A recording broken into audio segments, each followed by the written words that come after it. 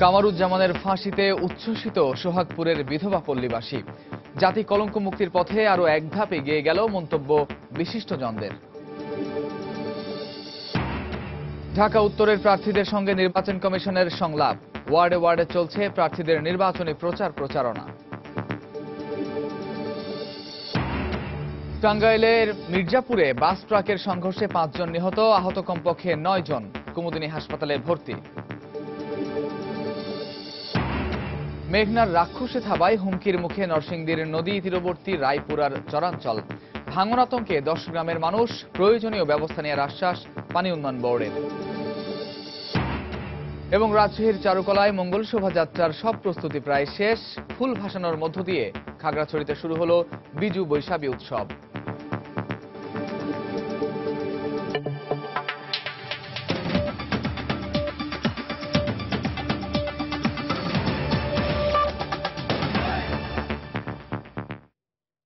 সময় সংবাদের সঙ্গে আছি আমি কামরুজ্জামান মামুন।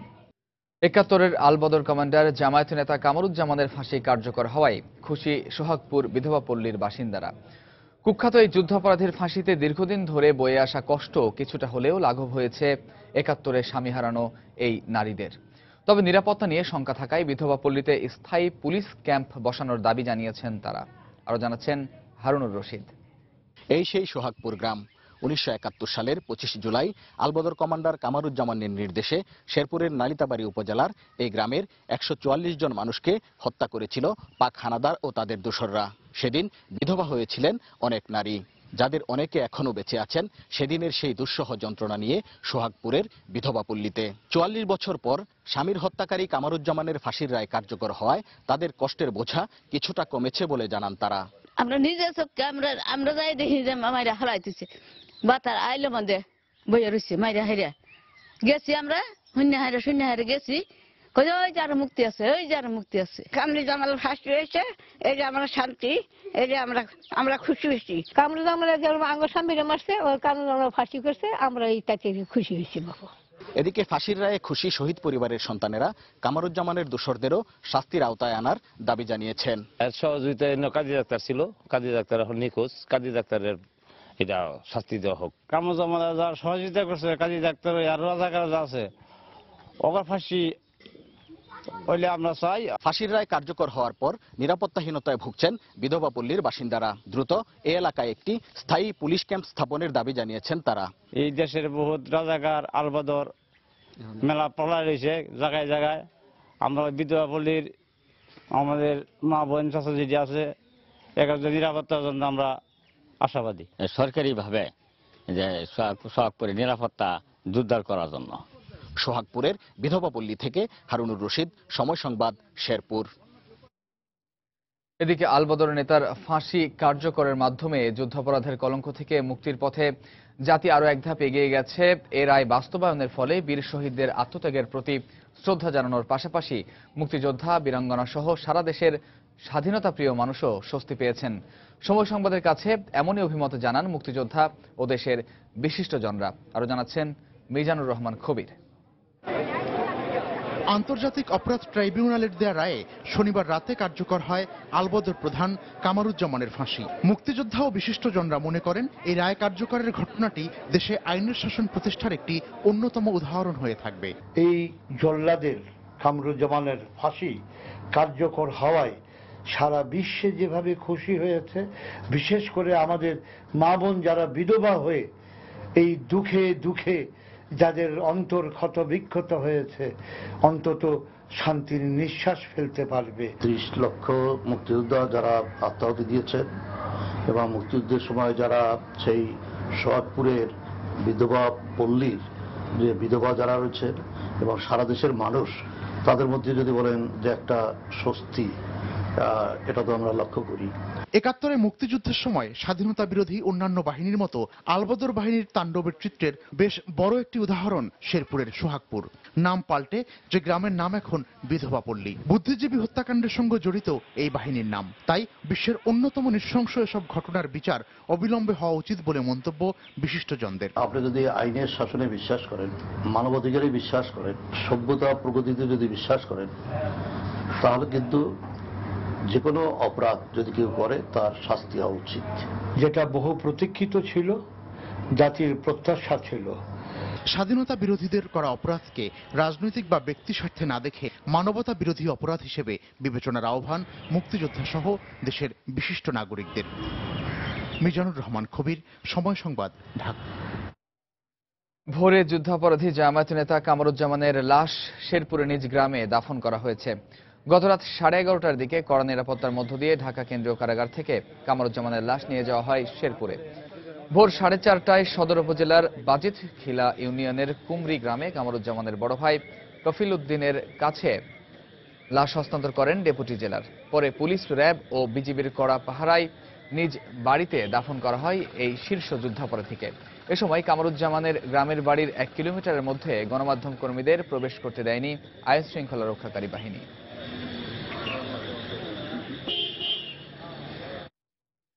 কামরুজ্জামানের রায় কার্যকর হওয়ার মধ্য দিয়ে বর্তমান সরকার মানবতা বিরোধীদের বিচার কার্যকরে বদ্ধপরিকর এবং আপিল বিভাগে বিচারাধীন মানবতা বিরোধীদের মামলা দ্রুত নিষ্পত্তির উদ্যোগ নেওয়া হবে বলে জানিয়েছেন আইনমন্ত্রী আনিসুল হক।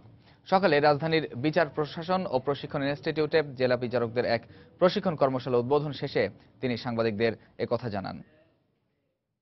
এই রায় কার্যকরের মাধ্যমে আবারও আমরা প্রমাণ করলাম 44 বছর পরে হলেও আমরা এই বিচার পেয়েছি এবং তাতে যেটা প্রমাণ করতে এই সরকার পেরেছে সেটা হচ্ছে যে আমরা বাংলাদেশে আইনের শাসন প্রতিষ্ঠা করেছি এবং এই আইনের শাসন প্রতিষ্ঠার মাধ্যমে আইনের শাসনের ভিত আরো শক্ত হবে এরকম বিচারের মাধ্যমে, সেটাই আমাদের ইন্টেনশন। সিটি নির্বাচন প্রসঙ্গ। গত কয়েকদিনের মতো আজও চলছে ঢাকা সিটি কর্পোরেশন নির্বাচনে মেয়র ও কাউন্সিলর প্রার্থীদের প্রচারণা। সকাল থেকেই ঢাকা দক্ষিণ সিটি কর্পোরেশন বিভিন্ন এলাকায় ঘুরে ঘুরে প্রতীকসহ পোস্টার ও মাইক ব্যবহার করে কর্মী সমর্থকরা ব্যাপক উৎসাহ উদ্দীপনার মধ্য দিয়ে প্রচার চালাচ্ছেন। এছাড়া দক্ষিণে বিএনপি সমর্থিত মেয়র প্রার্থী মির্জা আব্বাসের পক্ষে তার স্ত্রী আফরোজা আব্বাস রাজধানীর শান্তিনগর এলাকায় গণসংযোগ করেন।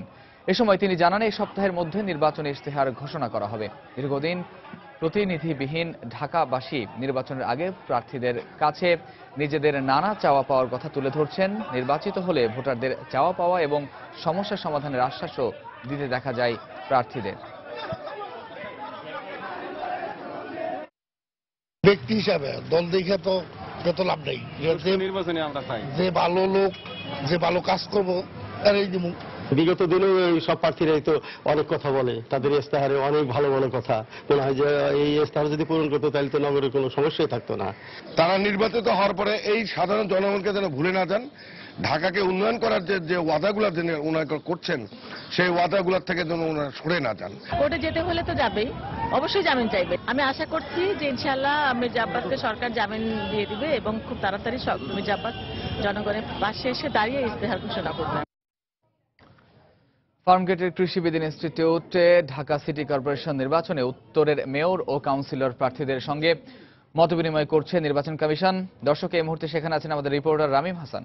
আমরা সরাসরি চলে যাচ্ছি সেখানে।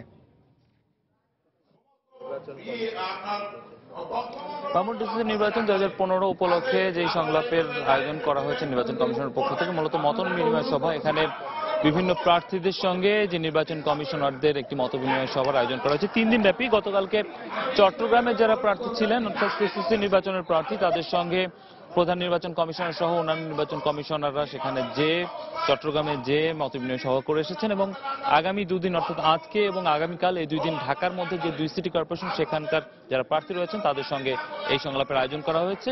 তারই ধারাবাহিকতায় আজকে ঢাকা উত্তর সিটি কর্পোরেশনের যারা প্রার্থীরা রয়েছেন তারা এখানে এসেছেন এবং প্রধান নির্বাচন কমিশনার সহ নির্বাচন কমিশনের অন্যান্য যারা কর্মকর্তা, নির্বাচন কমিশনাররা, সেই সাথে ডিএমপি কমিশনার, তারা কিন্তু এখানে উপস্থিত রয়েছেন এবং বিভিন্ন ওয়ার্ডের যারা কাউন্সিলর এবং সংরক্ষিত আসনের যারা কাউন্সিলর তারাও এখানে উপস্থিত আছেন এবং বিভিন্ন মেয়র প্রার্থীরা এখানে উপস্থিত রয়েছেন। তাদের পক্ষ থেকে, মেয়র প্রার্থী এবং অন্যান্য প্রার্থীরা তাদের পক্ষ থেকে তাদের যে সমস্যাগুলো এবং সীমাবদ্ধতাগুলো এবং এই নির্বাচন পরিচালনার ক্ষেত্রে এবং নির্বাচন সুষ্ঠুভাবে করার ক্ষেত্রে কি কি ধরনের ব্যবস্থা নেওয়া যেতে পারে নির্বাচন কমিশনের পক্ষ থেকে সেই ধরনের কথা বলছেন। এবং কিছুক্ষণ আগে নির্বাচন কমিশনাররা কথা বলে গেছেন এবং ডিএমপির পক্ষ থেকে পুলিশ কমিশনার কথা বলে গেছেন। তিনি নিরাপত্তার বিষয়ে কথা বলেছেন এবং নিরাপত্তা যদি বিঘ্নিত না হয় সে কারণে তাদের পক্ষ থেকে ব্যবস্থা নেওয়া হচ্ছে। এবং নির্বাচন কমিশনের কমিশনাররা বলছেন যে কোনো ধরনের সমস্যা এবং সেভাবে যাতে সুষ্ঠুভাবে অংশগ্রহণ করানো যায় নির্বাচনটা, সে ব্যবস্থা তারা নিয়েছেন। এবং কিছুক্ষণ পরে এখানকার যারা প্রার্থীরা রয়েছেন তাদের কাছ থেকে কথা শোনার পরে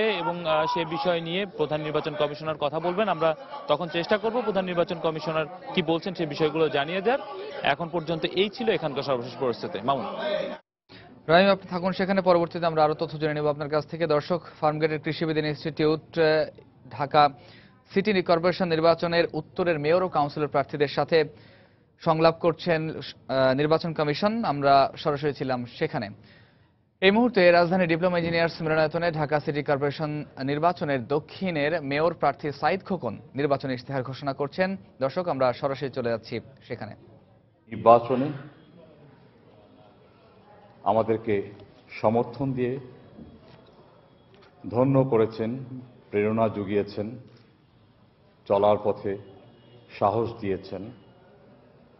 আজ সহস্র নাগরিক কমিটি আমার হৃদয়ের গভীর থেকে ঢাকাবাসীর পক্ষ থেকে আমি তাদের প্রতি জানাচ্ছি আন্তরিক কৃতজ্ঞতা। এই মুহূর্তে আমি আমার নির্বাচনী অঙ্গীকার, আমার ইশতেহার আপনাদের নিকট বিনীতভাবে উপস্থাপন করছি।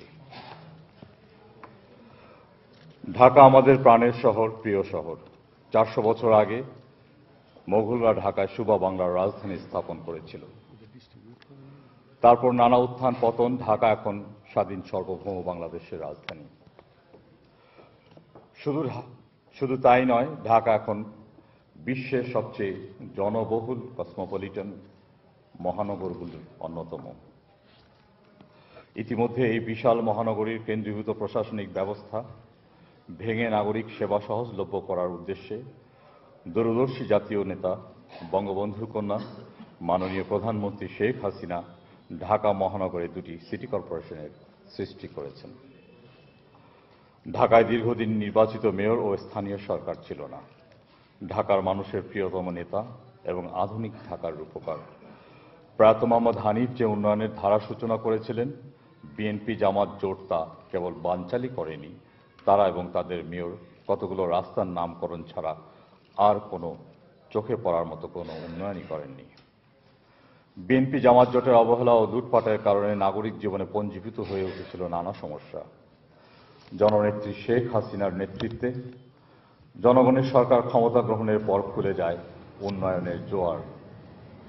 গত অর্ধযুগ ঢাকার, বিশেষ ঢাকা দক্ষিণে যে উন্নয়ন হয়েছে, নাগরিক সেবার সম্প্রসারণ ও মনোন্নয়নের যে সমস্ত প্রকল্প গ্রহণ ও বাস্তবায়নের মাধ্যমে ঢাকা বদলে দেওয়ার ধারা সূচিত হয়েছে, আমি আমার ইশতেহারে ঢাকার উন্নয়নের সংক্ষিপ্ত বিবরণ তুলে ধরছি। জননেত্রী শেখ হাসিনা সরকারের নেতৃত্বে ঢাকা মহানগরীর বিপুল উন্নয়ন সাধিত হলেও নাগরিক জীবনে এখনো বহু সমস্যা রয়ে গেছে। যানজট, পয় নিষ্কাশন, সুপেয় পানি, জলাবদ্ধতা, গ্যাস সংযোগ, বিদ্যুৎ সংযোগ, জনজীবনের নিরাপত্তা, বুড়িগঙ্গা দূষণ, বায়ু দূষণ, আধুনিক শিক্ষার সুযোগ এবং খেলার মাঠ, চিত্ত বিনোদনের অপ্রতুলতা রয়ে গেছে। ঢাকা মহানগরীর পরিকল্পিত ও সুষম উন্নয়ন না হওয়ায় এলাকায় ওয়ার্ডে ওয়ার্ডে নাগরিক সুযোগ সুবিধার দৃষ্টিকটু তারতম্য জনজীবনে নানা ভোগান্তির সৃষ্টি করে। আমি নির্বাচিত হলে ইনশাআল্লাহ এসব সমস্যার সর্বোচ্চ গুরুত্ব আরোপ করব।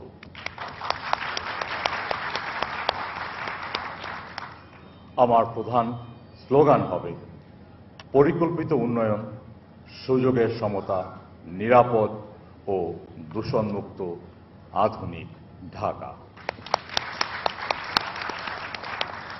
এ লক্ষ্যে আমার 5টি অগ্রাধিকার। প্রথম, যানজট নিরসন। যাত্রী পরিবহনে অপ্রতুল সুযোগ সুবিধা সত্ত্বেও ঢাকার রাজপথের যানজট নিত্য নৈমিত্তিক হয়ে দাঁড়িয়েছে। কর্মঘণ্টার একটা বিপুল অংশই যানজটের কারণে অপচয় হচ্ছে। যানবাহন ও জনসংখ্যা ক্রমাগত বাড়বে।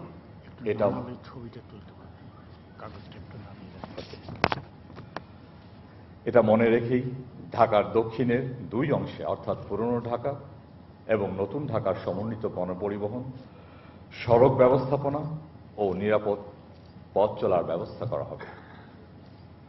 Metro rail, elevator, expressway, Mohammad Hanif সেতুর মতো আরও অধিক সংখ্যক দোতলা, তিনতলা, উড়াল সেতু গড়ে তোলার জন্য কেন্দ্রীয় সরকারের সাথে ঢাকা দক্ষিণ সিটি কর্পোরেশনের সমন্বিত উদ্যোগ পাবলিক প্রাইভেট পার্টনারশিপ অংশীদারের ভিত্তিতে প্রকল্প গ্রহণ করা হবে। বিদ্যমান সার্কুলার জলপথকে আরও আকর্ষণীয় করার ব্যবস্থা নেওয়া হবে। 2. দূষণমুক্ত ও নাব্য নিরাপদ বুড়িগঙ্গা নিশ্চিত করা হবে। পানি, গ্যাস ও বিদ্যুৎ প্রধান 3 নাগরিক সেবা নিশ্চিত করা হবে। পরিচ্ছন্ন, দূষণমুক্ত ও স্বাস্থ্যকর মহানগরী গড়ে তোলা হবে। দুর্নীতি, সন্ত্রাস, চাঁদাবাদের বিরুদ্ধে যুদ্ধ ও নাগরিকজনের নিরাপদ জীবন নিশ্চিত করা হবে। আমার অন্যান্য কর্মসূচি ও অঙ্গীকারগুলো হল: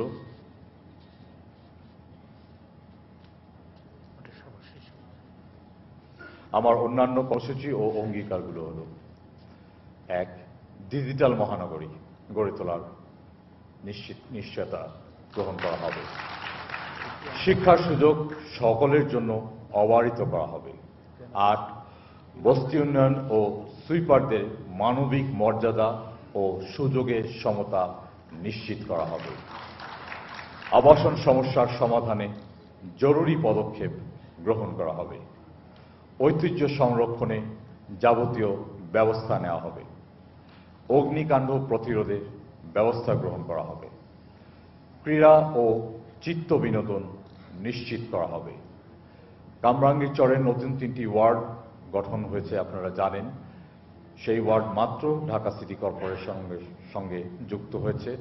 সেখানে ঢাকা সিটি কর্পোরেশনের যে সমস্ত সেবা ব্যবস্থা রয়েছে তার সকল কিছু নিশ্চিত করা হবে। ধর্ম পালনের স্বাধীনতা নিশ্চিত করা হবে। গণতান্ত্রিক নগর প্রশাসন গড়ে তোলার উদ্যোগ গ্রহণ করা হবে। সম্মানিত ঢাকাবাসী, মুরব্বিয়ান ও প্রিয় ভাই ও বোনেরা, আসন্ন কর্পোরেশন নির্বাচনে ঢাকাবাসীর জন্য অত্যন্ত গুরুত্বপূর্ণ। আপনাদের সিদ্ধান্তের উপর নির্ভর করবে ঢাকাকে বদলে দেওয়া এবং নাগরিক সুযোগ সুবিধা সম্বলিত আধুনিক ঢাকা গড়ে তোলা। ঢাকার সন্তান হিসেবে পারিবারিকভাবেই আমরা ঢাকার সুখ দুঃখ, উত্থান পতন এবং ভূত ভবিষ্যতের সাথে ওতপ্রোতভাবে জড়িত। ঢাকার মানুষের কল্যাণ ও ঢাকার উন্নয়ন ছাড়া আমার দ্বিতীয় কোনো চিন্তা নেই। আমার মরহুম পিতা, ঢাকার প্রথম নির্বাচিত মেয়র মোহাম্মদ হানিফ, তার সমগ্র জীবন যৌবন ঢাকার মানুষের কল্যাণে নিয়োজিত করেছিলেন। আমি আমার পিতার আরাধ্য কাজ সম্পন্ন করতে অঙ্গীকারবদ্ধ। অপেক্ষাকৃত তরুণ প্রজন্মের প্রতিনিধি হিসেবে আমি আপনাদের দোয়া ও আশীর্বাদ কামনা করছি। এই নির্বাচনী ইশতেহারে আমি যে সমস্ত ওয়াদা করেছি, জীবনের বিনিময়ে হলেও আমি তা বাস্তবায়ন করব। আমি কোনো অবাস্তব, কল্পনা বিলাসী এবং আকাশ কুসুম কর্মসূচি এবং অঙ্গীকার দেইনি।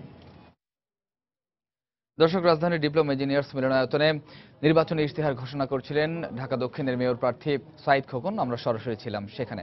চলে যাচ্ছি পরের খবরে। সিটি নির্বাচনকে কেন্দ্র করে প্রার্থীদের প্রচারণায় মুখর হয়ে উঠেছে বন্দরনগরী চট্টগ্রাম। আওয়ামী লীগ সমর্থিত মেয়র প্রার্থী আ.জ.ম নাসির উদ্দিন দলীয় নেতাকর্মীদের সঙ্গে নিয়ে ভোটারদের দ্বারে দ্বারে ছুটছেন। সকাল 10টার দিকে নগরীর বহদ্দার হাট এলাকা থেকে গণসংযোগ শুরু করেন তিনি। পরে দক্ষিণ বাকলিয়া, চকবাজার সহ বেশ কয়েকটি এলাকার সর্বস্তরের মানুষের সাথে দেখা করেন তিনি। এ সময় জলাবদ্ধতা সহ নানা সমস্যা সমাধানে আশ্বাস দেন আ.জ.ম নাসির। জনগণের জন্য কাজ করে নিজেকে প্রমাণ করতে একটিবার সুযোগ চেয়ে ভোট প্রার্থনা করেন তিনি।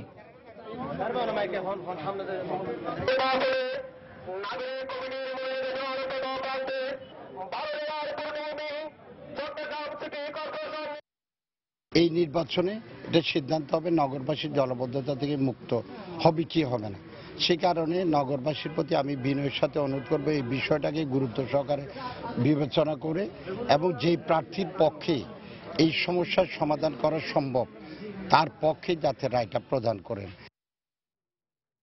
সময় সংবাদে আরো থাকছে, ই কমার্সের পর এবার অনলাইনে পণ্য কেনাবেচায় নতুন ধারণা নিয়ে এসেছে ফেসবুক কমার্স। পণ্যের দ্রুত প্রচার চালানো সম্ভব হচ্ছে বলে মনে করছেন উদ্যোক্তারা। এবং সরকারি নিষেধাজ্ঞার তোয়াক্কা না করেই ভোলায় চলছে ইলিশ নিধনের মহোৎসব। অবাধে চলছে বেচাকেনাও, বন্ধে কোস্টগার্ড ও মৎস্য বিভাগের টহল জোরদার। টাঙ্গাইলের মির্জাপুরের সড়ক দুর্ঘটনায় বিমান বাহিনীর এক কর্মকর্তা সহ নিহত হয়েছেন 5 জন, আহত হয়েছেন কমপক্ষে 9 জন। ভোর 5টার দিকে এ দুর্ঘটনা ঘটে। পুলিশ জানায়, ঢাকা টাঙ্গাইল মহাসড়কের চরপাড়া এলাকায় ঢাকাগামী একটি যাত্রীবাহী বাস থেমে থাকা ট্রাককে ধাক্কা দেয়। এতে ঘটনাস্থলে নিহত হন 3 যাত্রী। পরে আহতদের উদ্ধার করে হাসপাতালে নেওয়ার পথে মারা যান আরও 2 জন। নিহতরা হলেন বিমান বাহিনীর সার্জেন্ট আশরাফুল ইসলাম, বাংলাদেশ ব্যাংকের সহকারী ব্যবস্থাপক আতাউর রহমান, আনিসুর রহমান, কুদ্দুস মিয়া ও জমির আলী। এ ঘটনায় আহত হন অন্তত 9 জন। তাদের উদ্ধার করে মির্জাপুর কুমুদিনী হাসপাতালে ভর্তি করা হয়। তাদের মধ্যে 3 জনের অবস্থা আশঙ্কাজনক বলে জানিয়েছেন কর্তব্যরত চিকিৎসক।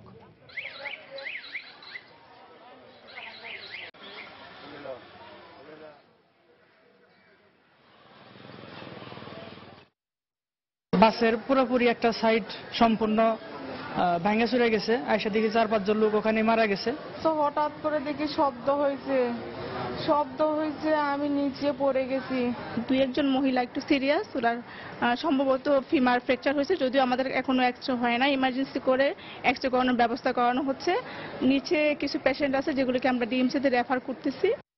রাজনৈতিক সহিংসতার কারণে গত 3 মাসে অর্থনীতিতে অন্তত $220 কোটি লোকসান হয়েছে বলে মনে করছে বিশ্বব্যাংক। বাংলাদেশের অর্থনৈতিক উন্নয়নের অগ্রগতি 2015 শীর্ষক প্রতিবেদন প্রকাশ উপলক্ষে সংবাদ সম্মেলনে একথা বলেন বিশ্বব্যাংক বাংলাদেশের প্রধান অর্থনীতিবিদ ডক্টর জাহিদ হোসেন। এছাড়া বছরের শুরুতে প্রবৃদ্ধি 6.2% হবে বলে লক্ষ্যমাত্রা নির্ধারণ করা হলেও রাজনৈতিক অস্থিরতার কারণে চলতি অর্থবছর 5.6% প্রবৃদ্ধি হবে বলে জানান তিনি। যে দৈনিক যে উৎপাদনশীলতা আছে সেটির কত অংশ এখানে লস হতে পারে সেটা নিয়ে একটা অ্যাসাম্পশন আমাদেরকে করতে হয়। সেটি বিভিন্ন খাতে, শিল্প খাতে, সেবা খাতে, কৃষি খাতে আমরা অ্যাসাম্পশনগুলি করে তারপরে হিসাবটা আসি। কিন্তু আমি বারবার একটা কথা এমফাসাইজ করতে চাই, এটা কিন্তু অনুমান। সেই অনুমানের ভিত্তিতে আমাদের অ্যাসেসমেন্ট হলো যে এই বছরে অর্থনীতির ক্ষতির পরিমাণ $2.2 বিলিয়ন মতো হতে পারে। নদীতে ফুল ভাসানোর মধ্য দিয়ে খাগড়াছড়িতে শুরু হয়েছে বিজু বৈশাখী উৎসব। ফুল বিজুকে কেন্দ্র করে ভোর থেকেই চেঙ্গি নদীর পাড়ে ভিড় করেন হাজারো তরুণ তরুণীরা। এ সময় নদীতে দেবতাদের উদ্দেশ্যে ফুল ভাসিয়ে পরিবার পরিজন ও জাতির মঙ্গল কামনা করেন তারা। গঙ্গা দেবীর উদ্দেশ্যে নদীতে ফুল ভাসিয়ে পুরাতন বছরের গ্লানি মুছে নতুন বছরের শুভকামনায়, নিজেদের পবিত্রতা কামনায় প্রার্থনা করেন তারা। পুরাতন বছরকে বিদায় জানাতে ও নতুন বছরকে বরণ উপলক্ষে আদিকাল থেকে এ উৎসব পালন করে আসছে পাহাড়িরা।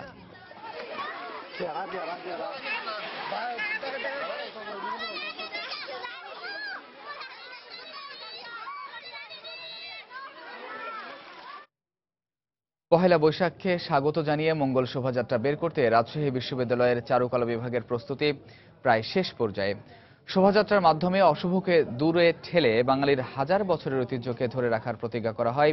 এর মধ্য দিয়ে বাঙালি তাদের আসল সত্তাকে ফিরে পায়, এমনটাই বলছেন বিভাগের শিক্ষক ও শিক্ষার্থীরা। আব্দুল সালামের তোলা ছবিতে আরো জানাচ্ছেন সাইফুর রহমান রকি।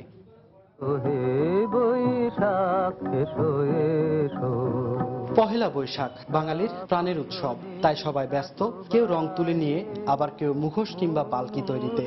বাংলা নতুন বছরকে বরণ করে নিতে রাজশাহী বিশ্ববিদ্যালয়ের চারুকলা বিভাগে চলছে মঙ্গল শোভাযাত্রা আয়োজনের প্রস্তুতি। শোভাযাত্রায় থাকবে জাতীয় পাখি দোয়েল, ঘোড়া, গরুর গাড়ি ও মুখোশ সহ গ্রাম বাংলার ঐতিহ্যবাহী পালকি। শেষ মুহূর্তে রং তুলিতে আলপনা আঁকা ছাড়াও যাত্রাপালা ও সাংস্কৃতিক অনুষ্ঠানের প্রস্তুতি নিয়েও ব্যস্ত শিক্ষার্থীরা।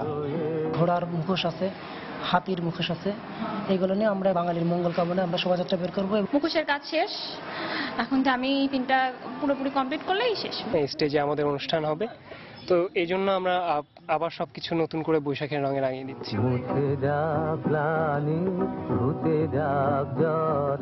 শিক্ষক ও শিক্ষার্থীরা বলছেন দিন দিন বাঙালি ঐতিহ্য হারিয়ে যাচ্ছে, তাই এসব ঐতিহ্যকে ধারণ ও লালন করার জন্য চারুকলা বিভাগ প্রতি বছর ঘটা করে বর্ষবরণের এই অনুষ্ঠানের আয়োজন করে। ঐতিহ্যগুলোকে ধরে রাখার জন্যই আমাদের এই যে পালকি, তারপরে আপনার যে জাতীয় পাখি দোয়েল এবং মুখোশ, হ্যাঁ, গরুর গাড়ি, এরকম জাতীয় জিনিসগুলো আর কি আমাদের কাজ চলতেছে। যাত্রাপালা, আলকা, গম্ভীরা, সেগুলো যেন আবার ফিরে আসে। আকাশ সংস্কৃতি যতই থাকুক, তার মধ্যে যেন আমরা আমাদের সংস্কৃতিটাকেও ধরে রাখতে পারি। আর সকল অশুভকে দূর করে বাঙালি সত্তাকে ধরে রাখতে মঙ্গল কামনায় এই শোভাযাত্রাটি বের হয় বলে জানালেন শিক্ষকেরা। আমরা সব কিছুর মধ্যেই আমাদের এই সত্তাটাকে ধারণ করতে চাই। এই লক্ষ্যে আমরা লোকশিল্প, লোক সংস্কৃতি এগুলোকে আমরা ধারণ করছি। পহেলা বৈশাখ উপলক্ষে দুদিনব্যাপী বিভিন্ন কর্মসূচি হাতে নিয়েছে বিভাগটি। নববর্ষে সকাল 9:30টায় চারুকলা বিভাগের সামনে থেকে শিক্ষক ও শিক্ষার্থীদের সমন্বয়ে বর্ণাঢ্য মঙ্গল শোভাযাত্রা শুরু হবে। সাইফুর রহমান রকি, সময় সংবাদ, রাজশাহী। কুমিল্লায় আধিপত্য বিস্তারকে কেন্দ্র করে ছাত্রলীগের দু গ্রুপের সংঘর্ষে গুলিবিদ্ধ সাইফুল ইসলাম মারা গেছেন। সকাল 9টার দিকে স্থানীয় একটি ক্লিনিকে চিকিৎসাধীন অবস্থায় মারা যান তিনি। গতকাল বিকেলে কান্দিরপাড় টাউন হল মিলনায়তনে ছাত্রলীগের কর্মী সম্মেলন শেষে আধিপত্য বিস্তারকে কেন্দ্র করে ছাত্রলীগের দুই গ্রুপের সংঘর্ষে কোতোয়ালি থানা ছাত্রলীগের সভাপতি সাইফুল ইসলাম সহ 6 জন গুলিবিদ্ধ হন।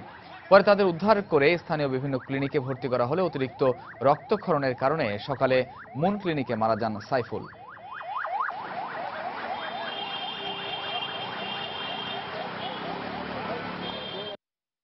ছাত্রলীগের কর্মী সম্মেলনকে কেন্দ্র করে যে উদ্ভূত ঘটনার প্রেক্ষিতে সাইফুল ইসলাম আহত হয়েছিল, তো মুন হাসপাতালে চিকিৎসাধীন অবস্থা 9টার দিকে মারা গেছে। এটা আমরা অভিযোগ পেলে আমরা তদন্ত সাপেক্ষে আইনের ব্যবস্থা নেব, আইনি ব্যবস্থা প্রক্রিয়াধীন। তাছাড়া যারা এর সাথে জড়িত তাদেরকে আমরা শনাক্ত করার চেষ্টা করতেছি। পহেলা বৈশাখকে সামনে রেখে বেপরোয়া হয়ে উঠেছেন ভোলার জেলেরা। জেল জরিমানা এমনকি সরকারের নিষেধাজ্ঞা তোয়াক্কা না করেই ইলিশ নিধনের মহোৎসবে মেতে উঠেছেন তারা। নিষেধাজ্ঞার মধ্যেই মাছঘাট ও হাট বাজারগুলোতে প্রকাশ্যে চলছে ইলিশ বেচাকেনা। তবে ইলিশ ধরা বন্ধ করতে অতিরিক্ত টহল ও অভিযান চলছে বলে জানায় কোস্টগার্ড ও মৎস্য বিভাগ। নাসিরউদ্দিন লিটনের তথ্য ও উৎপল দেবনাথের ছবি নিয়ে ডেস্ক রিপোর্ট। রূপালী ইলিশ রক্ষায় মার্চ এপ্রিল 2 মাস ভোলার মেঘনার 90 কিলোমিটার ও তেতুলিয়া নদীর 100 কিলোমিটার এলাকায় সব ধরনের মাছ ধরার ওপর নিষেধাজ্ঞা আরোপ করেছে সরকার। নিষেধাজ্ঞার প্রথম দিকে কিছুটা শিথিল থাকলেও পহেলা বৈশাখের সময় ঘনিয়ে আসার সাথে সাথে বেপরোয়া হয়ে উঠেছেন জেলেরা। ইলিশের চাহিদা বেড়ে যাওয়ায় ও দাম বেশি পাওয়ায় আইনশৃঙ্খলা বাহিনীর অভিযানের মধ্যেই হাজার হাজার জেলে মাছ শিকারে নেমে পড়েছেন। বড় ইলিশের কেজি 2 থেকে 2,500 টাকা ও ঝাটকা 500 থেকে 800 টাকা কেজি বিক্রি হচ্ছে। তবে জেলেরা বলছেন সংসার চালানোর জন্য নিষেধাজ্ঞার মধ্যে ইলিশ ধরতে বাধ্য হচ্ছেন তারা। কামরাজ্য হইতে আসে না, মানুষজন টিকিয়ে রাখতে পারতে আসে না, এই জন্য অথচ আমরা এই মাছগুলা ধরতে আসছি। টানে ধরি আবার যাই আর ধরে 3 দাদন ফেদন আনছি। আমরা কি খেয়ে বাজু ওদের বাজার নিরাপত্তা কেউ দেয় না। পুলিশ কোস্টগার্ড অভিযান দেয় কিন্তু জেলেরা সে অভিযান মানে না। তারা রাতের আধারও নদীতে মাছ ধরে। এদিকে পহেলা বৈশাখ উপলক্ষে জেলেদের ইলিশ শিকার বন্ধে কোস্টগার্ড অতিরিক্ত 7টি আউটপোস্ট স্থাপন ও টহল বৃদ্ধি করেছে বলে জানালেন এই কর্মকর্তা। অতিরিক্ত 7টি আউটপোস্ট স্থাপন করত অধীনস্থ সকল বেস, স্টেশন ও আউটপোস্ট কর্তৃক টহল কার্যক্রম জোরদার করা সহ গোয়েন্দা তৎপরতা বৃদ্ধি করা হয়েছে। অসাধু জেলেরা নিষেধাজ্ঞা অমান্য করে মাছ ধরছে স্বীকার করে জেলা মৎস্য কর্মকর্তা বলেন মাছ ধরা রোধে চেষ্টা চলছে।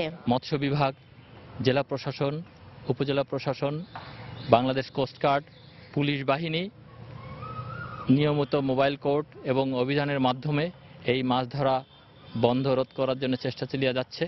নিষেধাজ্ঞা অমান্য করে মাছ ধরায় কোস্টগার্ড 8 কোটি 3 লাখ মিটার অবৈধ জাল, 90,000 কেজি ইলিশ ও 11টি ট্রলার জব্দ করেছে। আটক করেছে 34 জন জেলেকে। সময় সংবাদ, ভোলা। মেঘনার রাক্ষসে থাবা আবারও গ্রাস করতে শুরু করেছে নরসিংদীর নদী তীরবর্তী জনপদ। অব্যাহত ভাঙনের ফলে হুমকির মুখে পড়েছে রায়পুরার চরাঞ্চলের 10টি গ্রাম। নদী তীরবর্তী জনপদগুলোতে দেখা দিয়েছে ভাঙন আতঙ্ক, আর ভাঙন ঠেকাতে প্রয়োজনীয় ব্যবস্থা নেওয়া হচ্ছে বলে জানিয়েছে পানি উন্নয়ন বোর্ড। কাউসার আহমেদের ছবি ও আশিকুর রহমান পিয়ালের তথ্য নিয়ে ডেস্ক রিপোর্ট। বর্ষা মৌসুমের শুরুতেই নরসিংদীর রায়পুরার মেঘনা নদীতে শুরু হয়েছে নদী ভাঙন। অব্যাহত নদী ভাঙনের ফলে হুমকির মুখে চরাঞ্চলের 4টি ইউনিয়নের 10টি গ্রাম। ভাঙনের কবলে পড়ে ইতোমধ্যে চরমধুয়া গ্রামে 7টি বাড়ির 10টি ঘর বিলীন হয়ে গেছে নদীগর্ভে। সহায় সম্পদ হারিয়ে সর্বশান্ত হয়েছেন এখানকার অনেক মানুষ। এদিকে ভাঙন রোধে সঠিক সময়ে কোনো উদ্যোগ নেওয়া হয় না বলে অভিযোগ ক্ষতিগ্রস্তদের। আমার একটা গরু জমি এই অবস্থা আমার নাই। আমার 3 ছেলে 3 ঘর গেছে নিচ্ছে। আপনার দেখেন আমরা বাড়ি ঘর ভেঙে যেতে থাকা এটার আমরা একটা ব্যবস্থা করে দেবো। অথচ দেখা গেছে যে নির্বাচন পরে আমরা অত দূর জায়গায় যাইতেও পারি না। আমরা কোনো কথা কাজ না, এটার ভাঙন আর ফিরও না। এদিকে ভাঙন অব্যাহত থাকলে চর এলাকার অস্তিত্ব বিলীন হয়ে যাওয়ার আশঙ্কা করছেন স্থানীয় জনপ্রতিনিধিরা। সরকার থেকে কোনো সাহায্য সহযোগিতা আমরা পাচ্ছি না, আর এইভাবে ভাঙন অব্যাহত রয়েছে এবং ভবিষ্যতে আমাদের বাহ্যে কি আছে আমরা নিজেরাই বলতে পারি না। অন্যদিকে ভাঙন কবলিত এলাকা পরিদর্শন করে এর ভয়াবহতা স্বীকার করে নদী খননের প্রয়োজনীয়তার কথা জানালেন পানি উন্নয়ন বোর্ডের এই কর্মকর্তা। যেহেতু নদীর মাঝখানে একটা চর আছে, চরের জন্য কিন্তু ভাঙতেছে, তো সেই চরটা কিভাবে এগুলা স্টাডি করে সমীক্ষা করে এগুলাকে কিভাবে চরগুলা মানে কাটা যায় সেই কাটার ব্যবস্থা করলে পার্মানেন্ট সলিউশন হবে। অবশ্য ভাঙন কবলিত এলাকায় আর্থিক সহযোগিতা সহ পুনর্বাসনের ব্যবস্থা করা হচ্ছে বলে জানালেন জেলা প্রশাসক। যারা গৃহহীন বা ক্ষতিগ্রস্ত তাদের পুনর্বাসনের ব্যবস্থার দায়িত্ব জেলা প্রশাসন নিয়েছে এবং এটি আমরা ইউনিয়নের মাধ্যমে করছি, এদের ব্যবস্থা করছে। আর সহসাই যেন ভাঙন না হয় সেই জন্য উপজেলা পরিষদের পক্ষ থেকে অস্থায়ীভাবে ভাঙন রোধের কিছু ব্যবস্থা নেওয়া হচ্ছে।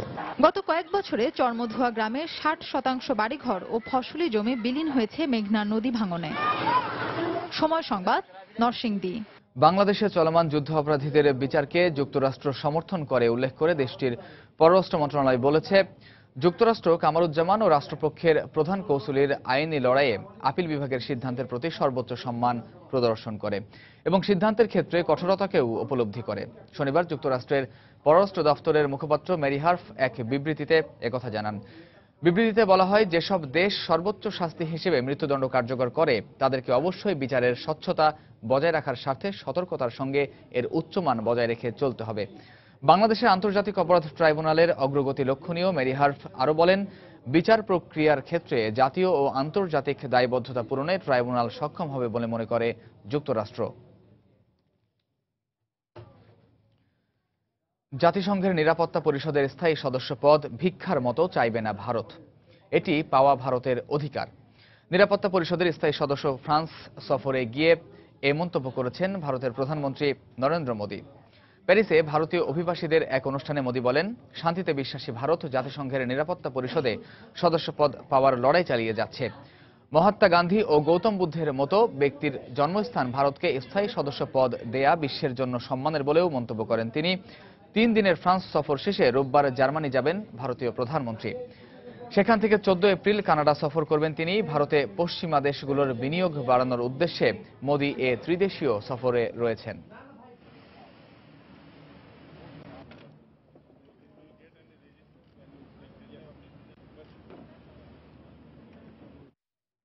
বাংলাদেশ ক্রিকেট লিগের খবর। প্রথমবার Bangladesh cricket league BCLA one day ফরম্যাটের শিরোপা জিতবে কে? মুমিনুল হকের পূর্বাঞ্চল নাকি নাসির হোসেনের উত্তরাঞ্চল? অবশ্য আসরে অপরাজিত দুদলই শিরোপার ব্যাপারে দারুণ আত্মবিশ্বাসী, কেননা দুদলই আছেন দলীয় জাতীয় দলের বেশ কয়েকজন ক্রিকেটার। শেরেবাংলা জাতীয় ক্রিকেট স্টেডিয়ামে দিবারাত্রি ম্যাচটি শুরু হবে দুপুর 1:30টায়।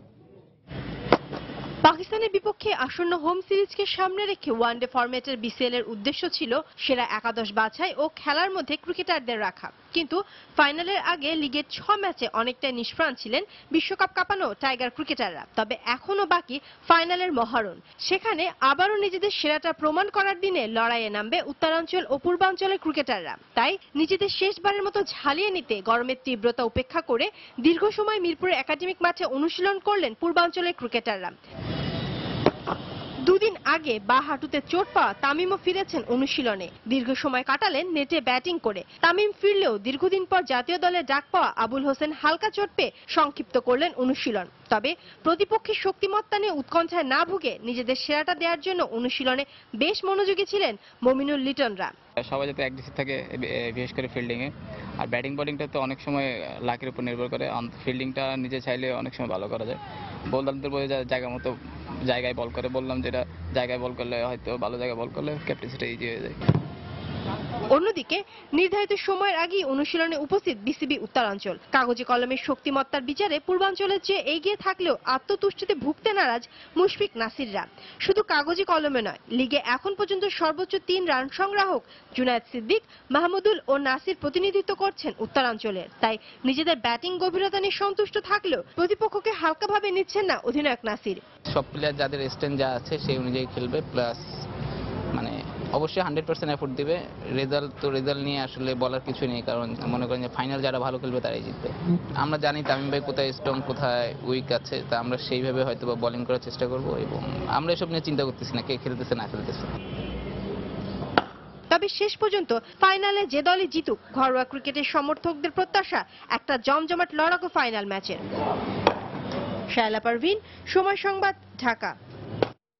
এই পর্যায়ে শীর্ষ সংবাদগুলো জানিয়ে দিচ্ছি আরেকবার। ঢাকা উত্তরের প্রার্থীদের সঙ্গে নির্বাচন কমিশনের সংলাপ। দক্ষিণে সাইদ খোকনের নির্বাচনী ইশতেহার ঘোষণা। ওয়ার্ডে ওয়ার্ডে প্রার্থীদের প্রচারণা। কামরুজ্জামানের ফাঁসিতে উচ্ছ্বসিত সোহাগপুরের বিধবা পল্লী। জাতি কলঙ্ক মুক্তির পথে আরও এক ধাপ এগিয়ে গেল মন্তব্য বিশিষ্টজনদের। টাঙ্গাইলের মির্জাপুরে বাস ট্রাকের সংঘর্ষে 5 জন নিহত। আহত কমপক্ষে 9 জন কুমুদিনী হাসপাতালে ভর্তি। মেঘনার রাক্ষসে থাবায় হুমকির মুখে নরসিংদীর নদী তীরবর্তী রায়পুরার চরাঞ্চল। ভাঙন আতঙ্কে 10 গ্রামের মানুষ। প্রয়োজনীয় ব্যবস্থা নেওয়ার আশ্বাস পানি উন্নয়ন বোর্ডের। এবং রাজশাহীর চারুকলায় মঙ্গল শোভাযাত্রার সব প্রস্তুতি প্রায় শেষ। ফুল ভাসানোর মধ্য দিয়ে খাগড়াছড়িতে শুরু হলো বিজু বৈশাখী উৎসব।